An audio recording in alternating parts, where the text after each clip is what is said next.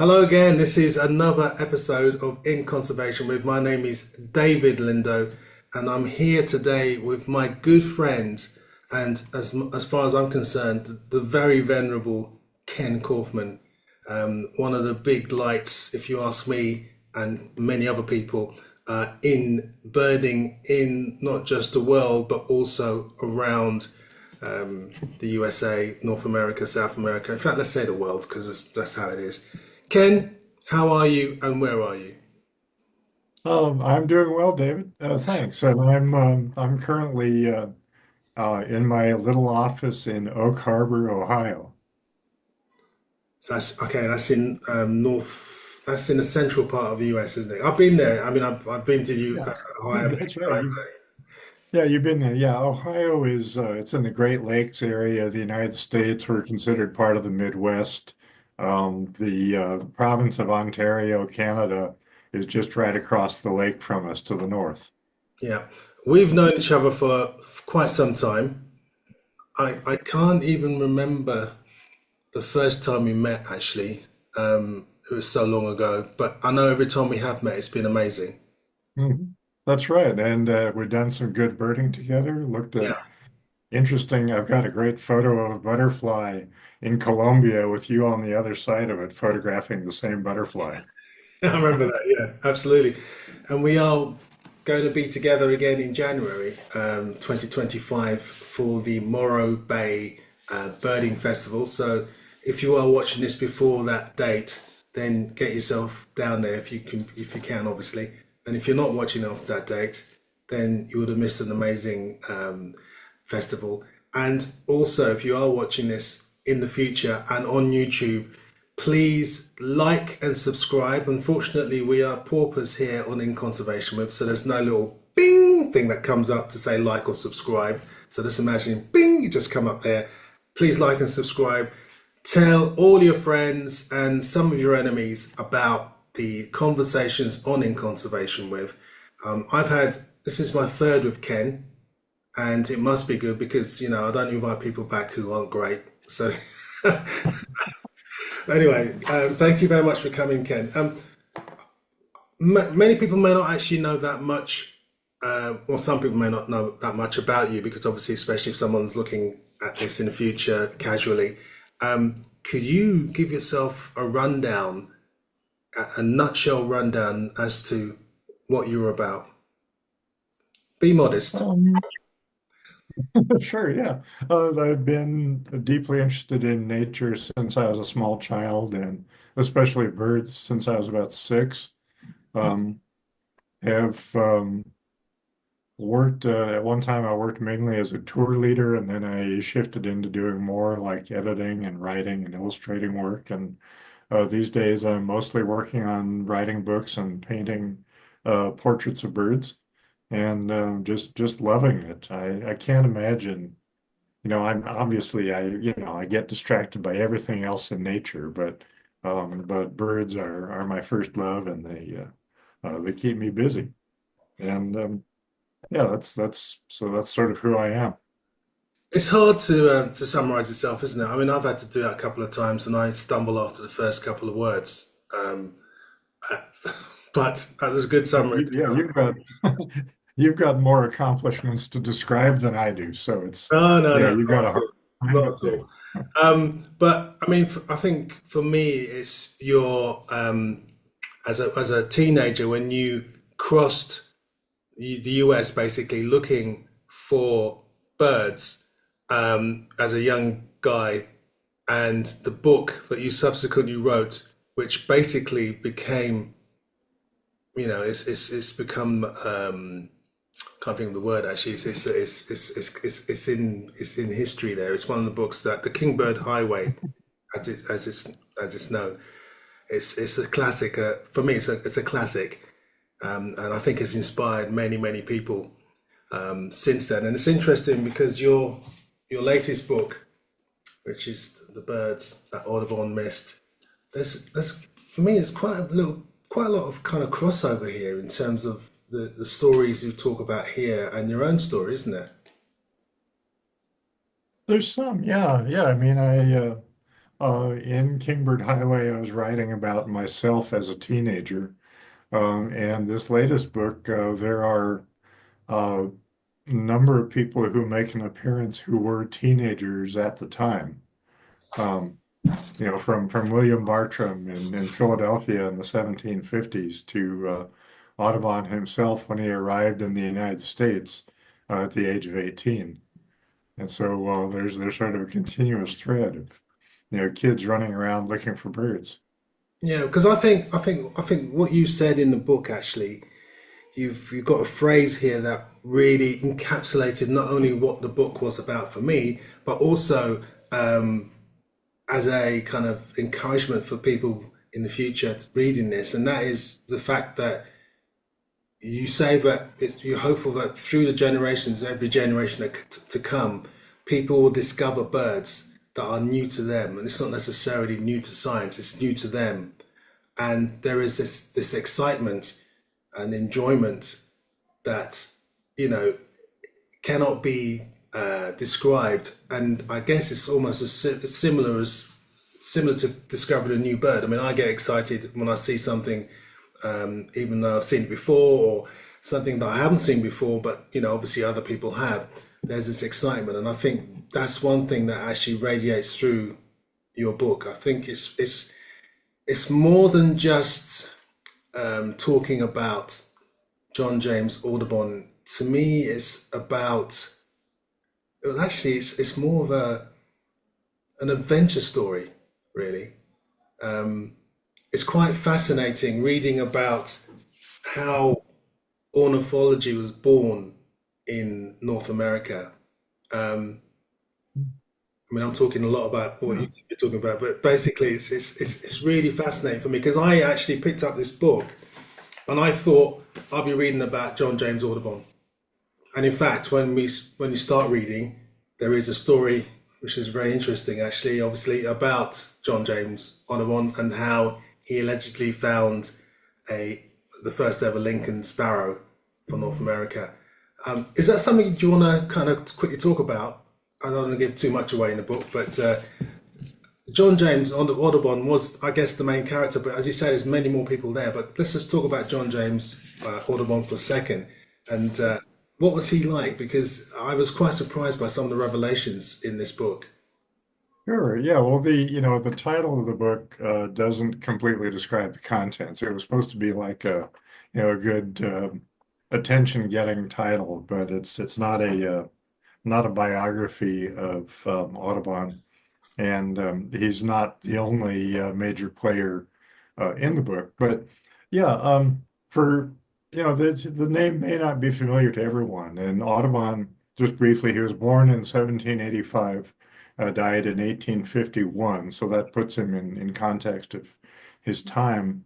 Born in Haiti, grew up in France, came to the United States at the age of 18 in 1803. His father sent him over to Pennsylvania, and he wound up staying and having this really amazing life.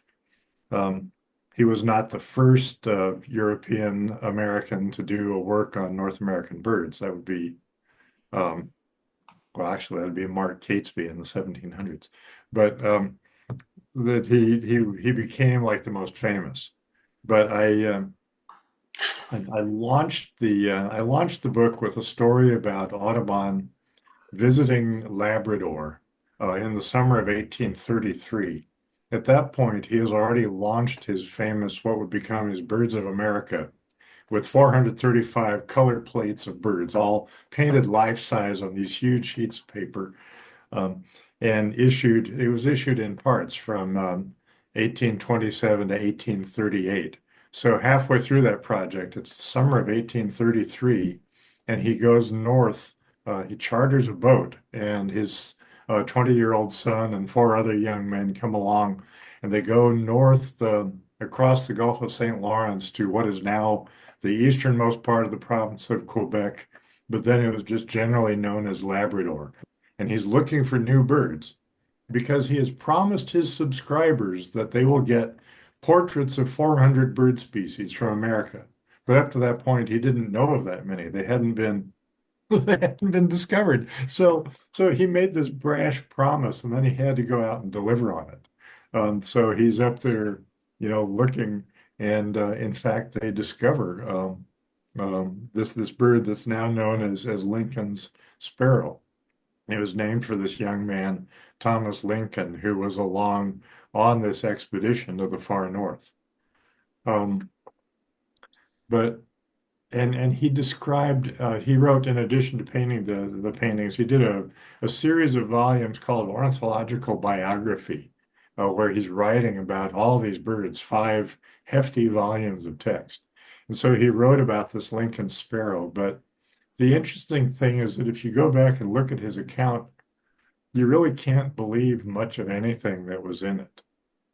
It turns out he was really good at telling stories and making things up when he didn't have the facts. And so there's this thrilling story of discovering this bird, but it's possible that he wasn't even there when the bird was being found. It's So amazing. It's amazing because reading that, I mean, I always thought Lincoln Sparrow was named after President Lincoln, and I didn't realize that it was called initially Tom's Finch. that's right. Yeah. Tom's Finch or Lincoln Sparrow. Yeah. That's incredible. Um, the book gives a really vivid account of the life and times in the mid 80s, 1800s, should I say. And as you mentioned, a few names that some of us birders kind of know because birds are named after them, like Beards and Brewsters, and also a few people like Cad. You mentioned Cadesbury. Is it Cadesbury? Yeah, Catesby. Yeah. yeah. Yeah. Mark Catesby. Yeah, I don't think I'd ever come across him.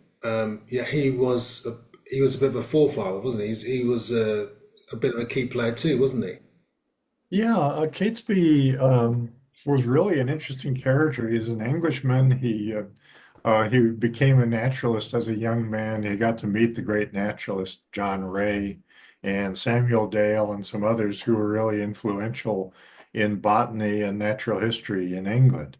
But he comes over to the British colonies in America in the early 1700s and spends some time, sends back a bunch of plant specimens, gets invited to join the Royal Society, which was the top, scientific society in the world at that time. And they arranged funding for him to go back to the Carolinas to study the natural history of those colonies. So Mark Catesby writes and illustrates a natural history of Carolina, Florida, and the Bahamas that was published in the 1730s. And it's got all these illustrations, descriptions of birds and plants and various other things. And it's really an exceptionally well done work. He doesn't get the credit for being the describer of any of these species because he was working before Linnaeus, before our Linnaean system of classification that we use now. So none of the names that he suggested are considered to be official. But he wrote these early accounts of all these birds, gray catbird, Baltimore oriole, red-headed woodpecker. Um, Linnaeus, when he applied scientific names to those birds, often he was basing his account on Catesby's publication. So really, yeah, an amazing guy. England or the UK in general had a huge impact on everything with early bird study on the part of Europeans in North America. Yeah, people like Wilson, I suppose, coming over from Scotland. But what I also realised was the fact that, or didn't realise actually, realised from reading the book, was the fact that many birds initially from Linnaeus's time and around that sort of area were kind of named and scientifically classified, despite the fact that none of those people ever stepped foot in North America. That's right. Yeah. I mean, obviously, not obviously, I shouldn't put it that way, but Linnaeus never came to North America. Others who were describing them, the Frenchmen like Brisson and the Count of Buffon, they never visited the Americas. George Edwards from England, who was another great early naturalist, um, he never visited. So the early accounts were done by people in Sweden and England and France. looking at written accounts from people who had traveled to America or looking at specimens that got sent back. So there wasn't any like direct experience on the part of those who were doing the describing. Wow. Actually, before we carry on, I must mention our sponsors. I forgot all about it. So excited about talking to you, Ken. I forgot about who's paying the bills. Kawa Sporting Optics, thank you very much. The manufacturer of the world-renowned Promenade series of spotting scopes, as well as birds, wildlife, and nature tours. The tour company that strives to deliver the best of birding and wildlife watching opportunities throughout the world. So thank you very much, guys. Yeah, going back to that, I mean, in those days, it was all about getting your gun out. I mean, I was reading an account in your book about, I forgot who it was, who was trying to capture or get hold of a is it yellow-breasted chat, isn't it? That's right. And apparently it took Yeah. them hours to do it, didn't it? Yeah, Mark Catesby was I mean, he didn't talk that much about the fact that he was shooting birds because everybody knew that was the only way you could get a good look at them. But he said that he never could get a good clear shot at a yellow-breasted chat. So he hired an Indian to do it, he said. And this Indian had great skill and was able to get the specimen of the chat. I mean, one of the things that becomes obvious if you look at the history of these birds is that Native Americans knew all these, they knew these birds. Mark Catesby wandered around quite a bit with hunting parties of Cherokee and Choctaw and Chickasaw Native Americans and learned from them. But there's this whole backstory of indigenous knowledge of birds and natural history in North America that I didn't really have a chance to get into in the book. And I'm hopeful that someone is going to do a book that goes into that in more detail. Yeah, I mean, the notion that people saw birds, any bird, as fair game to shoot, you know, and to eat. I mean, it's just unbelievable today, isn't it?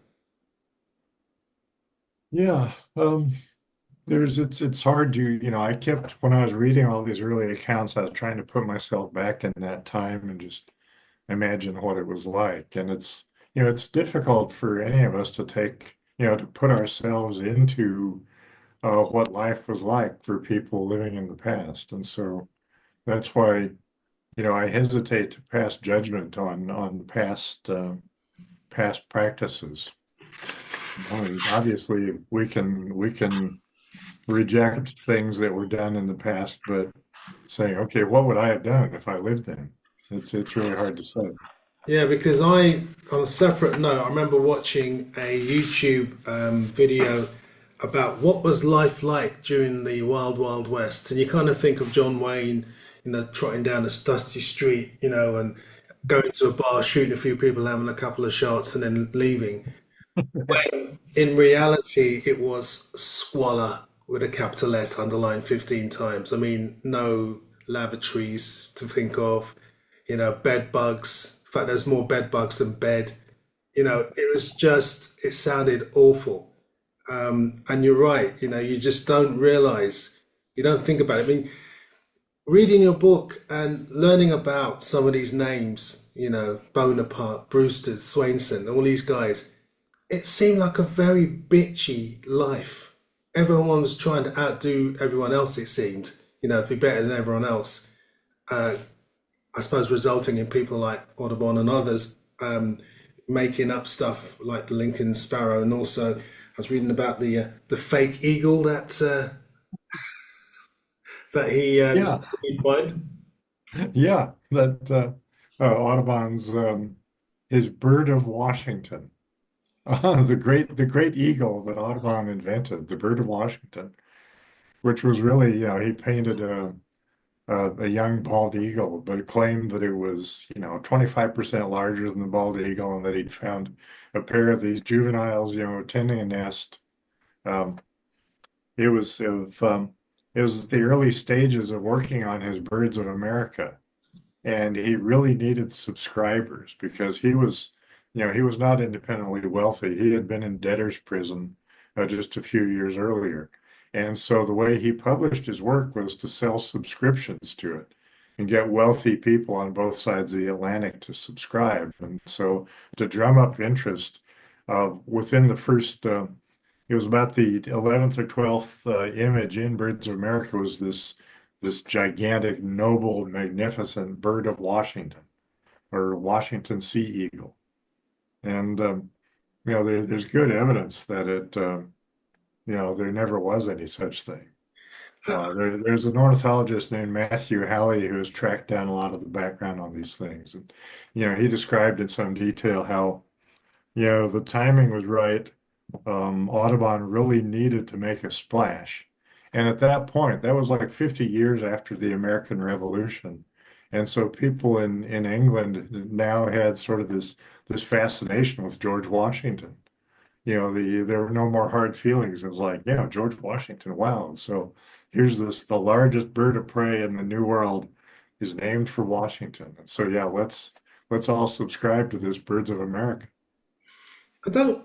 What do you think drove? I mean, I know he wanted to drive sales, but or to get people to buy, to buy into his work.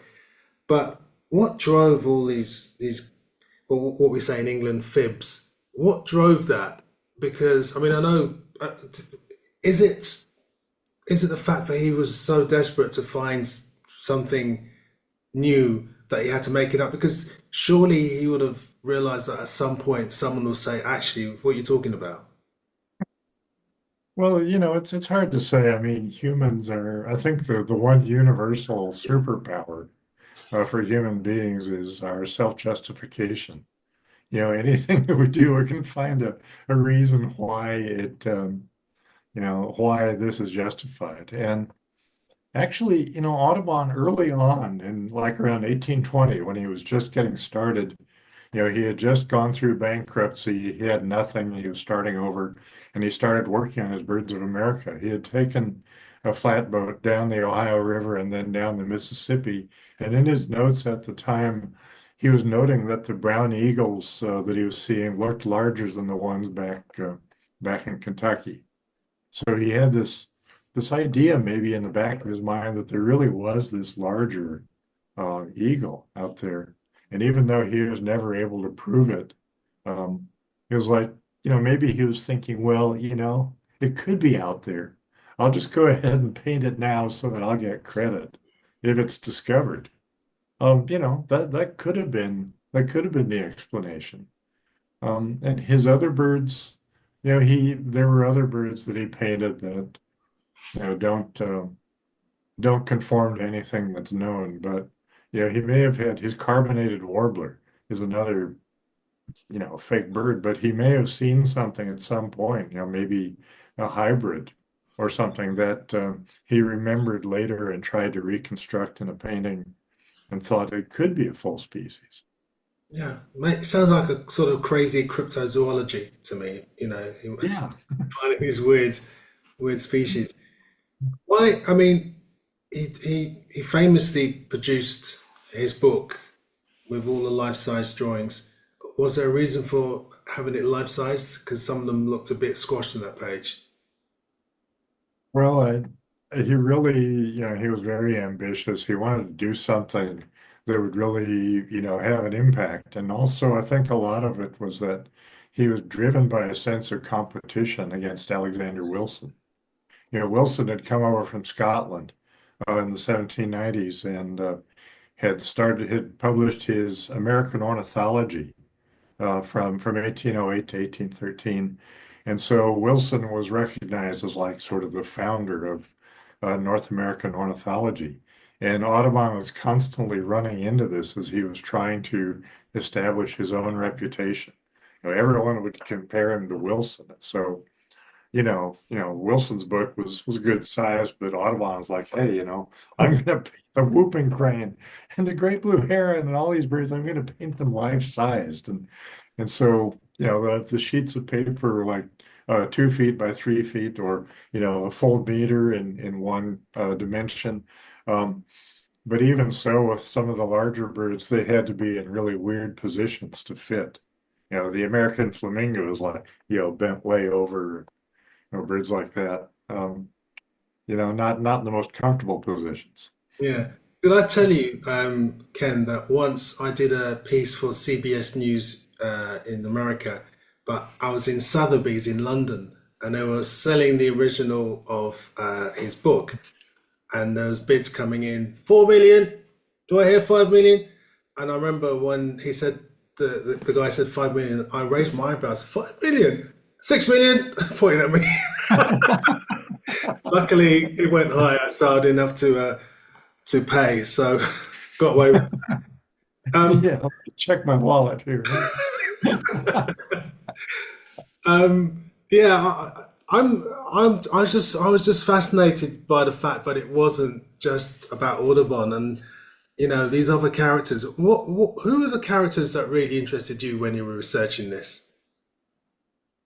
Well, it changed my view of a lot of those characters. To me, Alexander Wilson had been sort of this gray, two-dimensional figure, lacking much. He didn't have the sense of drama that Audubon did, but he was actually a pretty cool guy. I mean, he'd been a poet in Scotland. He got in trouble because he was writing poems that were critical of the mill owners in Scotland, who were, very powerful at that point.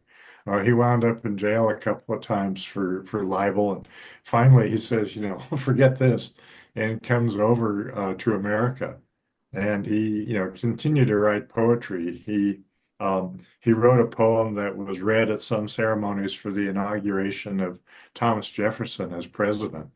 And he got to know people like, Lewis and Clark and Jefferson. He went to the White House and sat down with Thomas Jefferson to talk about birds.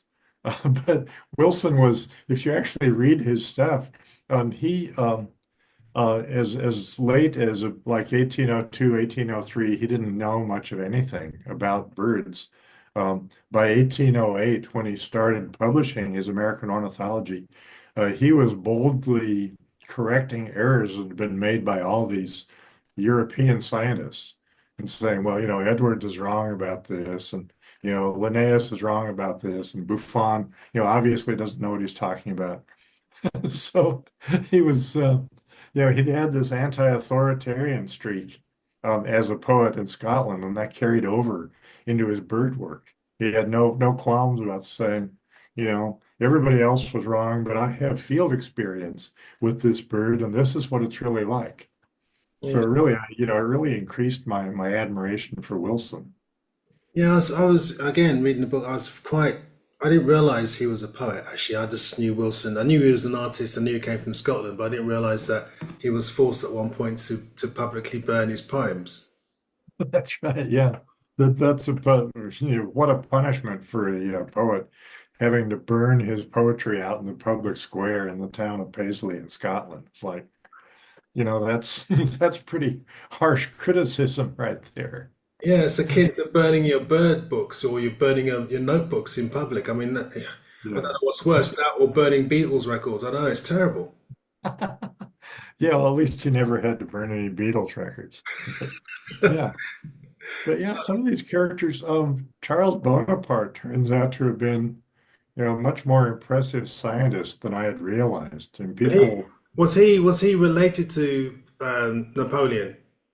yeah, he was Napoleon's nephew. Um, and his dad had been, a very canny politician, and knew when he should support Napoleon and when he shouldn't. And so their family managed to rise above a lot of the turmoil in France. And so Charles Bonaparte, really had a pretty comfortable life, but he came over to the United States in the around 1820 and spent a couple of years and then went back to Europe. But he published all these works on comparing the birds of North America and the birds of Europe. He was good at classification. And so at a time when people were struggling to figure out, what families birds should be put into, Charles Bonaparte was among the first to really see, okay, these birds belong with the American warblers. And, this bird, um, he sort of he went along with some of Audubon's fake birds for a while, but then quietly scrubbed them out of later editions. So Bonaparte was really a much more impressive scientist than I had thought at first. Yeah, and it's interesting, going back to those times when people in Europe were looking at the birds in North America and looking down on them, saying they're not as important and not as kind of real as the birds over in the old world. I mean, that's how mad is that? Yeah, the Count of Buffon. I guess George Leclerc. I don't know how to pronounce anything in French, but he was the Comte de Buffon, Buffon. Buffon, Buffon, yes, yes. Buffon. Yeah, he wrote multiple volumes of natural history, including several volumes on birds. He was very influential. His works were translated into a number of different languages, and in the late 1700s, it would have been fair to say that any well-to-do, educated person would have some volumes of Buffon, in their house. Um, but he had this theory that everything in the Americas was inferior to everything in Europe or in the old world.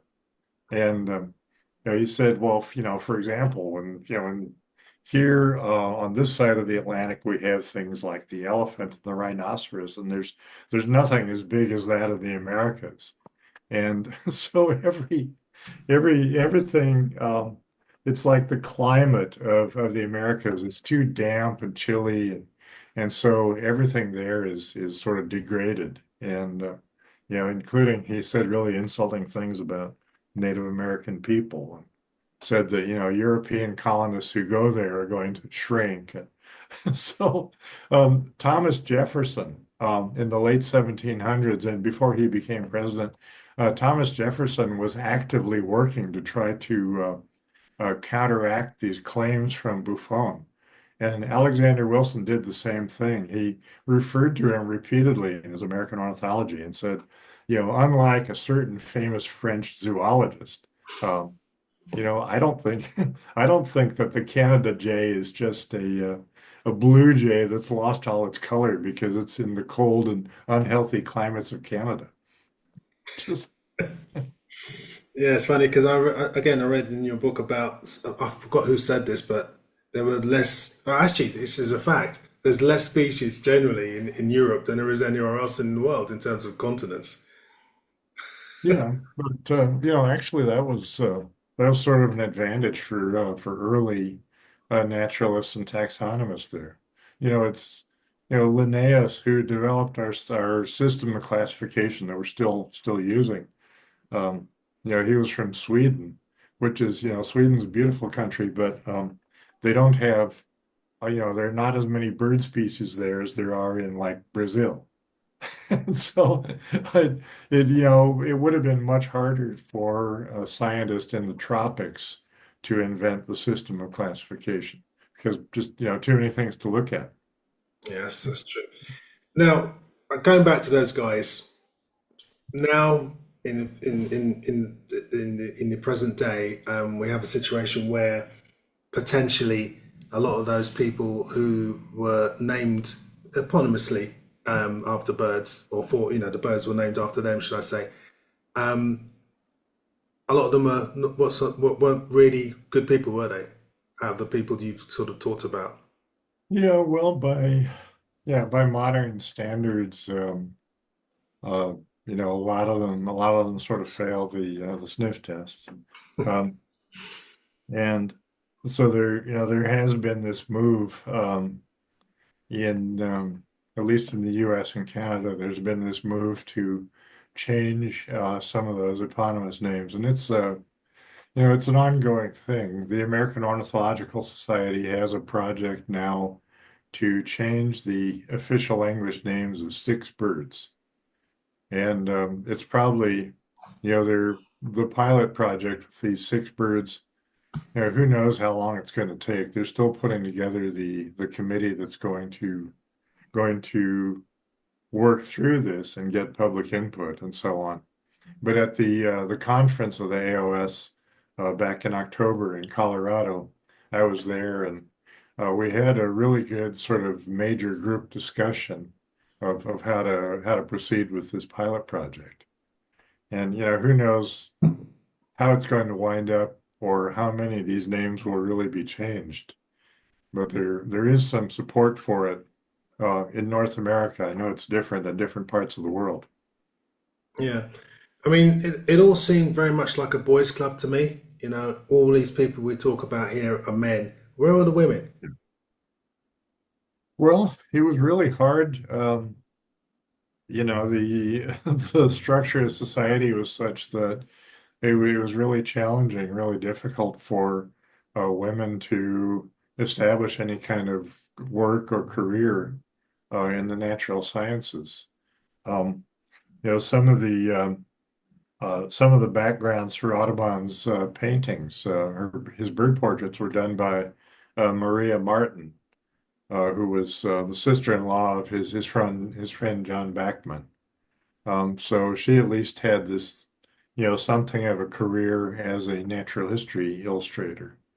And there were a few others, but very few at that time. Um, the situation has changed a lot. I'm happy to say at this meeting of the American Ornithological Society that I attended back in October, there were probably slightly more women than men there, and the uh, previous president and the new incoming president of the AOS are both women. The majority of the members of the council are women. So the opportunities for women to be involved in bird study have increased greatly over the last 200 years. Back then, do you think these guys saw birds as being just dispendable? We can shoot as many as we want. Even, I mean, I'm talking about even the guys like Swainson and Wilson and guys, you know, Audubon. Do they see birds as things they can just shoot and, you know, there's going to be loads more anyway? Probably so. As late as the end of the 1700s, the whole concept of extinction was sort of abstract. And even like Thomas Jefferson, in his writings, sort of ridiculed the idea that a species could actually go extinct. He's saying that, well, like, this is ridiculous. Whether you say it's God or nature, they wouldn't have made a species so fragile that it could actually go out of existence. So, there had been fossils found by that point, or subfossil remains of things like mammoths and mastodons. But Jefferson, believed that, those things must still be out there somewhere.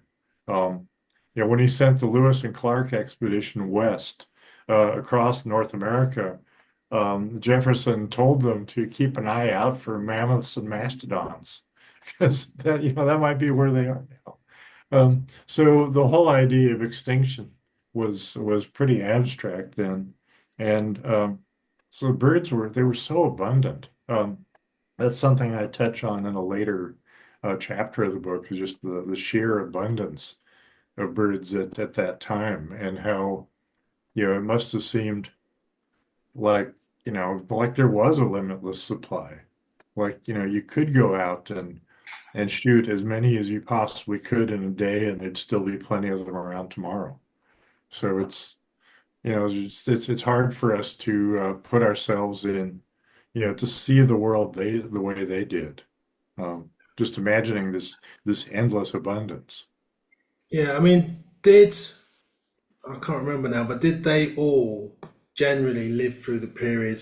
Because I think there's what four species of North American birds that have gone extinct. Certainly, passenger pigeon in the Carolina, parakeet, and possibly Yeah, Eskimo curlew and ivory-bill woodpecker. But were they birds that these guys saw all the time and took for granted? pretty much. I mean, Wilson and Audubon both estimated, single flocks of passenger pigeon at over 1 billion individuals. Um, Carolina parakeet, um, Audubon actually wrote in the late 1820s or 1830s about how their numbers were diminishing. Um, but those species lasted into the early 1900s. The um, the great auk actually the last great auks died in the 1840s, but people weren't they didn't really realize until later that that bird was gone.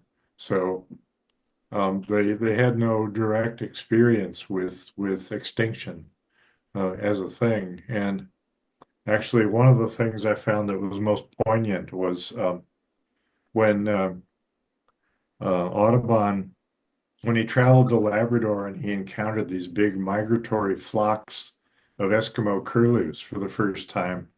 He wrote that they arrived in these big flocks and they were so abundant that they reminded him of the passenger pigeons. And you read that, you read that 200 years later, and it's like, yeah, they they remind us of the passenger pigeons in another way now because they're extinct. Yeah, I mean, as a child, I was very upset thinking that they're extinct and I have no chance of seeing them. Why did you do that to me? I was really angry at that point. But back then it was an age of discovery, I suppose. And what I love about the essence of this book is that you're saying the age of discovery is still here and now. I mean, you did your own age of discovery when you set off to cross America looking for birds. And I feel the same, when I go to a city, I'm thinking to myself, I'm an urban explorer. I'm discovering stuff that people haven't seen before, didn't even bother looking for. Um, do you think that's a message that we should be spreading more? Right. Well, I think that you're doing a wonderful job with spreading that, being the urban birder and going around the world and showing people all the birds that are living within their cities and all the natural history that's available to everyone. And I love the message that you're putting out. Um, but I feel like, discovery is something that happens on a personal level. And when I was a kid, when I would see some bird for the first time, it was like, wow, I just discovered this thing. And the fact that it was already known and named didn't take away from the excitement of that at all. Just discovery, seeing something for the first time or discovering something about a bird. Things we're seeing now with birds expanding their ranges and showing up in new places. You can still go out and make discoveries like that. And I think the excitement is every bit as valid. It doesn't have to be, completely new to the world of science. Something new to us is something that's really precious. Do you think as humans we have lost that sense of discovery? Because you look around us and I feel that sometimes we're a bit arrogant. We think we know all about everything. We have no sort of. I mean, I see in my world, for example, when I go to a city and I ask about birds, and people, oh, there's no birds here. You need to go over there. There's nothing here. Do you think? Do you think we actually lack that muscle? I think it may be lacking for some people, but I think if someone becomes really interested in birds or natural history, that sense of discovery stays alive. And I think well, within the birding world, the saddest people I know are the ones who feel like they know everything, because when you hit the point where you know everything, you're not going to learn anything else. And the one of the bits of advice that I give to birders who get to the point where, it's starting to get a little bit boring and they know exactly what they're going to see every time they go out. I suggest, well, why don't you look at some different branch of natural history for a while? Try to figure out fungus or ferns or beetles or something, and you find yourself back at square one very quickly and realizing that you don't know anything at all. And it helps you. For me, I try to do that once every few years and take up some new, I know nothing about fishes, uh, for example, but when you start trying to learn, it gives you more patience for beginners. For someone who's just getting into it and doesn't have any idea what they're seeing, we've all got those blind spots of those areas of ignorance. Um, in natural history. And it's great to be reminded of that and to go back to the early stages of learning and the sense of excitement that comes with that. But I feel like I've gotten past any of those points where I could have become bored with birds, and now it's just exciting every time I go out. Every time I go out or even spend time looking out the window, I'm going to learn something about birds that I never knew in my, all my years of thinking I was focusing on these creatures. Yeah, I share your feelings 100%. I mean, for me, I'm looking. Nothing. It's never boring, as you say. I look at even at the species that I see on a daily basis, and I see new things. And I'm in the region of Spain where I am. I think I'm kind of well known for finding anomalies. Oh, that looks like a small dunlin. Oh, that sparrow looks, I've seen common birds, but in weird plumages or different sizes. That's what I'm noticing at the moment. I'm not finding rare birds at all or anything else.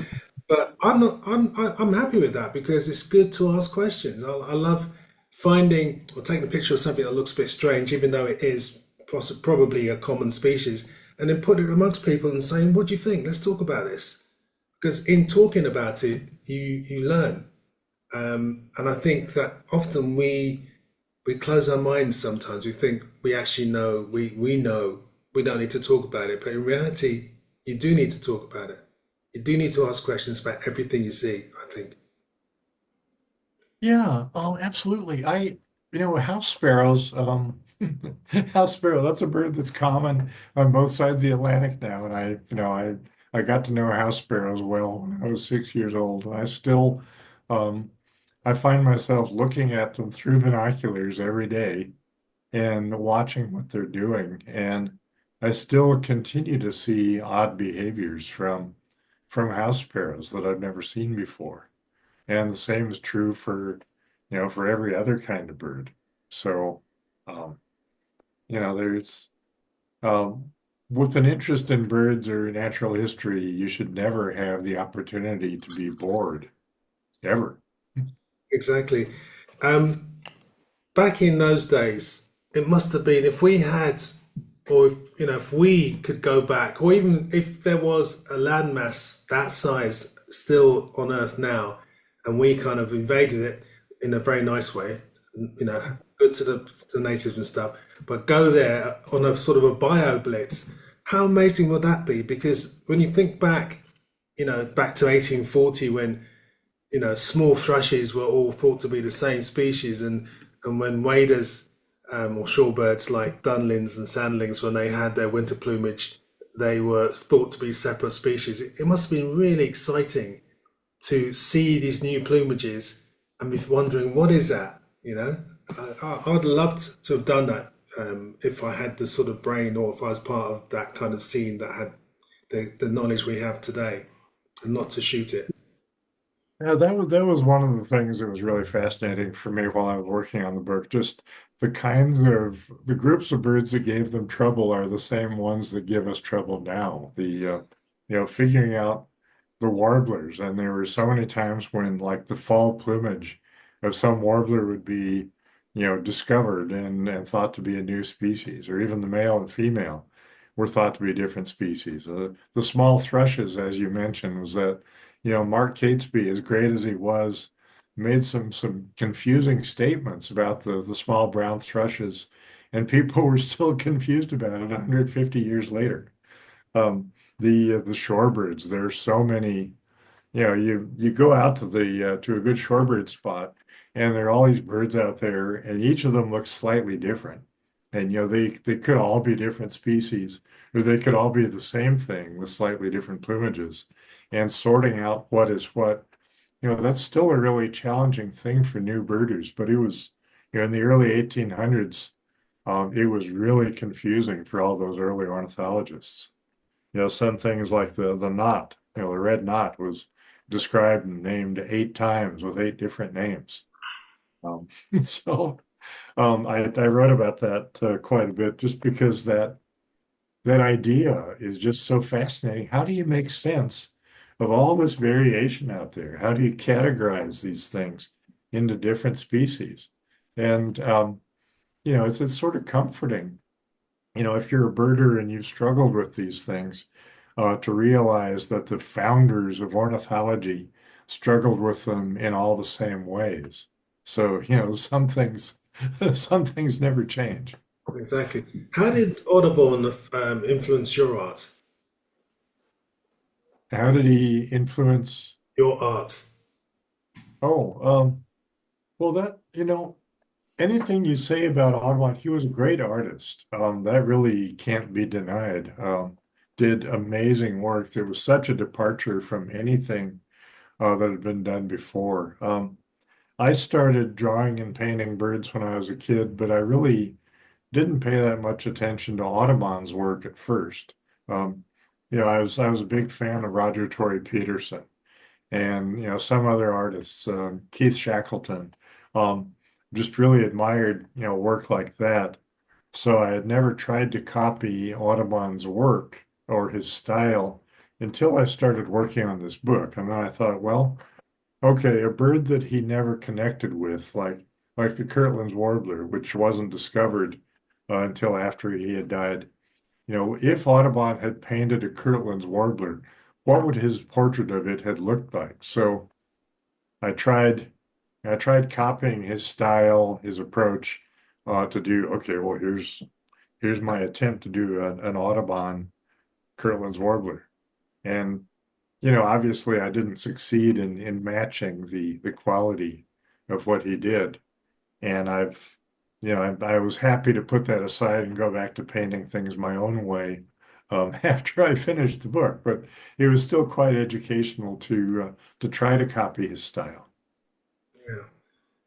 I think I saw you last year at the biggest week in Ohio, and you were then slaving away on this book. How long did it take you to work on this? Because this seems like a massive labor of love.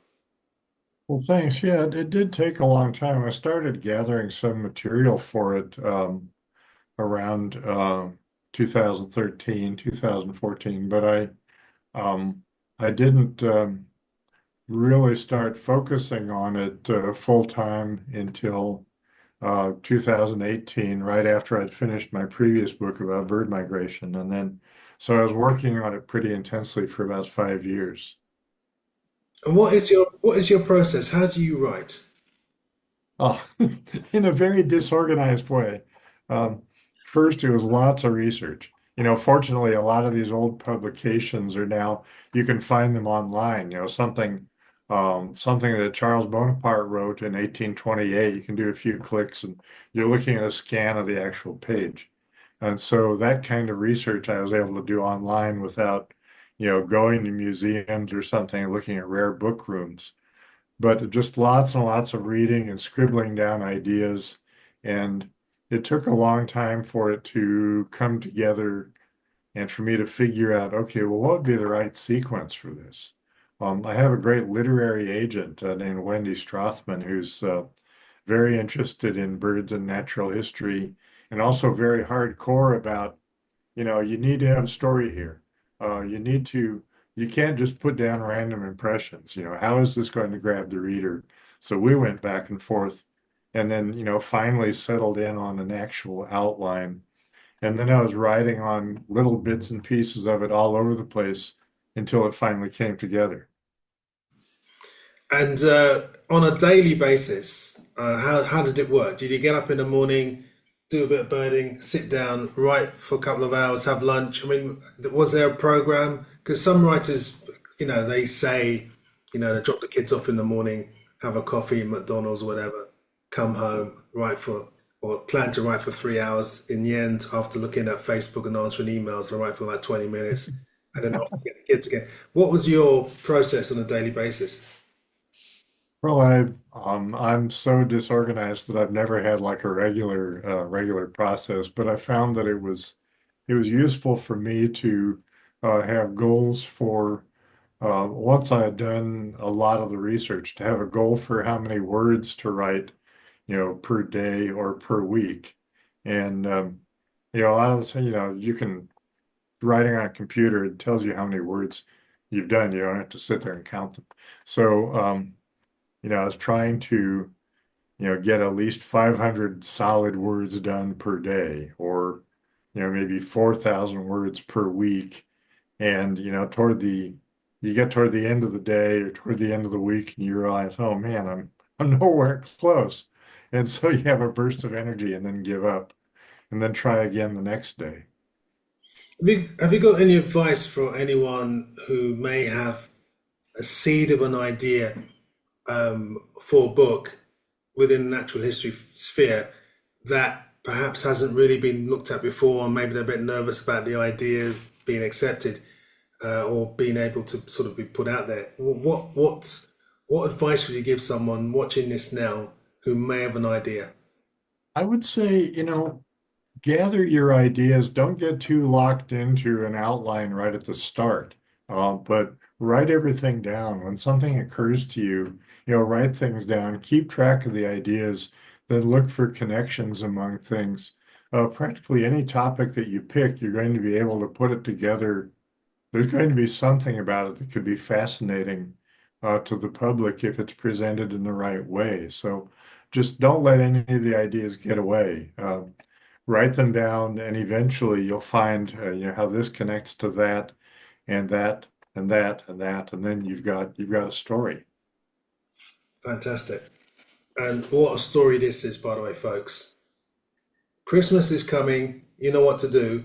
No matter what year you watch this in on YouTube, get it. It's a fantastic book. For me, it's an absolute gem.